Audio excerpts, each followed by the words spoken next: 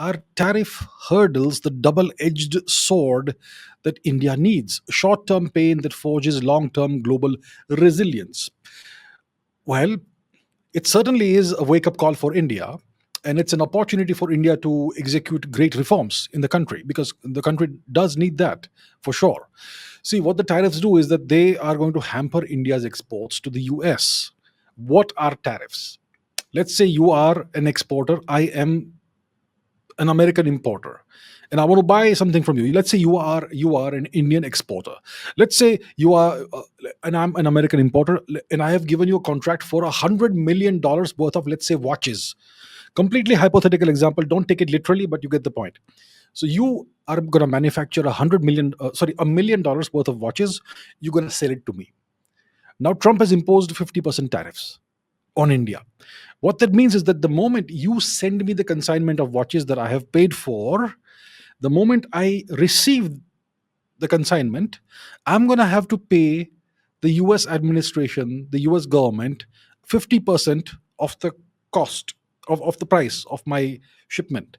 So I paid you $1 million. Now I'm going to have to pay the US government $500,000, and that makes it extremely bad for business for me. So I'm going to have to reconsider now that if I'm going to have, instead of spending just a million, I'm going to have to spend 1.5 million every time for something that costs a million. It's going to really affect my business, won't it? So then I'll say, okay, I'll stop importing from you.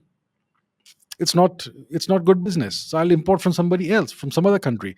So it's going to hurt India's exports to the US. The US is the world's biggest consumer market, right? So India is now going to have to look for alternatives if the exports to the US dry out, because it's no longer good business sense for American companies to import goods and services from India. So then it deprives India of access to the world's biggest consumer market, and that's a problem. So India will have to now look for alternatives. Where do we look for alternatives? The EU, the Gulf region, maybe China. But China is not an import oriented market, it's an export oriented market. So what do we do?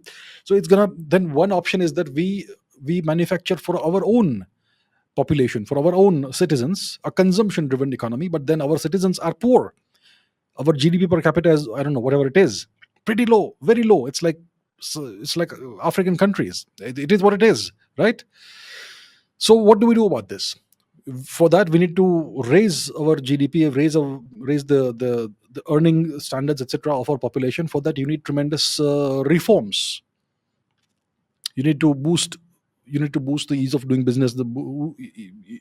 Boost the manufacturing sector. So many things. So you need deep reforms, broad ranging reforms. But reforms is difficult. I mean, if you to for example, if the government wants to invest money in certain sectors and all that, they're going to have to find the money from somewhere. We have a lot of money in the country, but all the money is being used for various freebie schemes, Ladli Behna Yojana, and God knows what is Yojana.